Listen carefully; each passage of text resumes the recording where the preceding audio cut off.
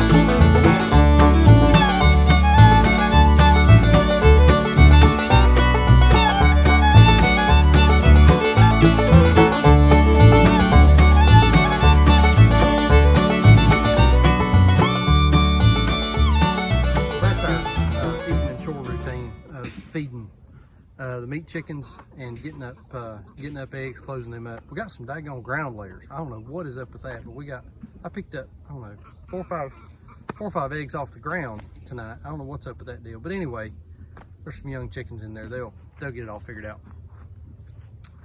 Back around February, early March, I'll post a link to the video up above right now. We bought some partial Berkshire, or don't know what the mix was, but a lot of Berkshire in them, from some pigs from a neighbor of ours out the road about 20 minutes. And just so happened that neighbor came by yesterday and borrowed our chicken plucker, and he wanted to come down and see the pigs that he had bought, or that we had bought from him. And we were looking at them, and there was one pig in there particular. We call her Miss Googly Eyes, and her eyes were just kind of offset. They were just kind of funny looking. We called her Miss Googly Eyes. Was not a term of we wasn't trying to be demeaning at all. It's just, you know, just how we recognized her.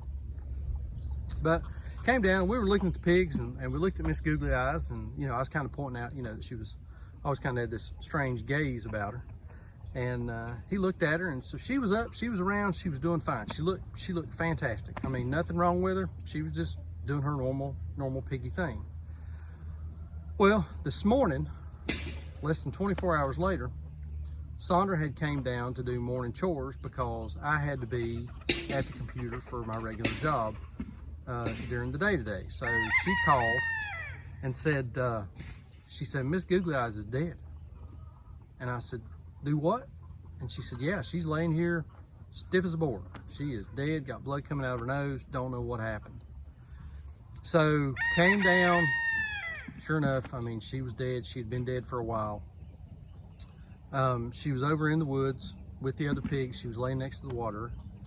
And so we pulled her out of the paddock, out onto the pasture where we could really look at her really well, and looked her over, and there were no obvious signs of trauma. I mean, there were no puncture holes. Her ear did have some bite marks on it. Some of them looked like they were new, and some were old. And I don't know if you know, the pigs had kind of chewed on her after she had died, or what happened. But the interesting thing about that pig is two things. Number one, she was going to processing in 10 days, 13 days. So in terms of raising a pig up to market weight, and then it not getting that close and it not making it, that is a pretty big hit. In terms of, number one, naturally the cash, you know, what that pig would have been worth as retail cuts.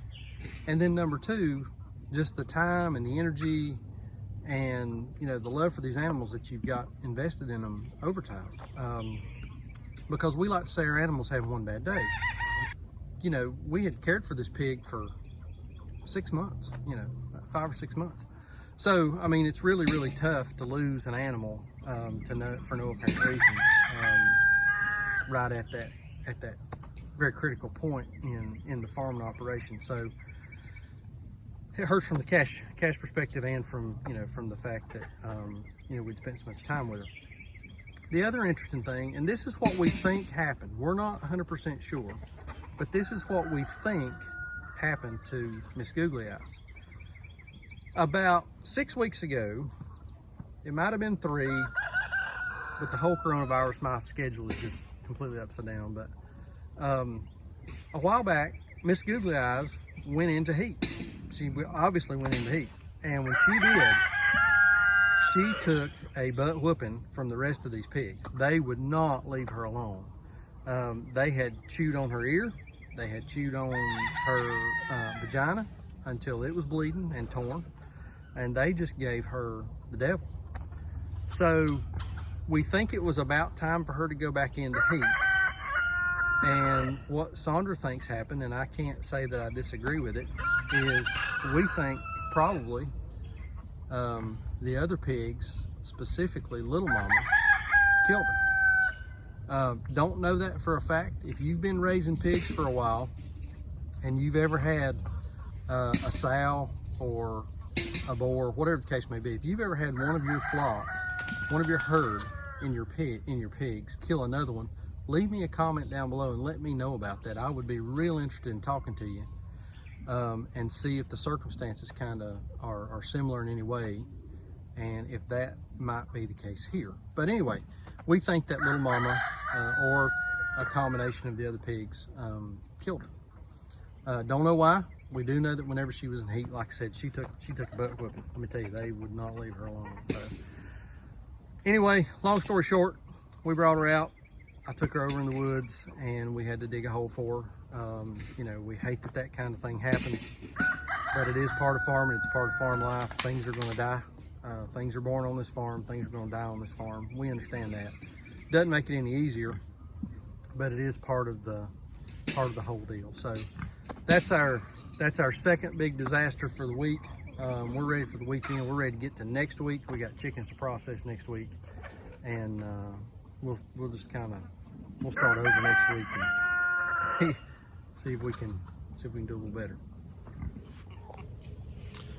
So that's our two disasters for the week.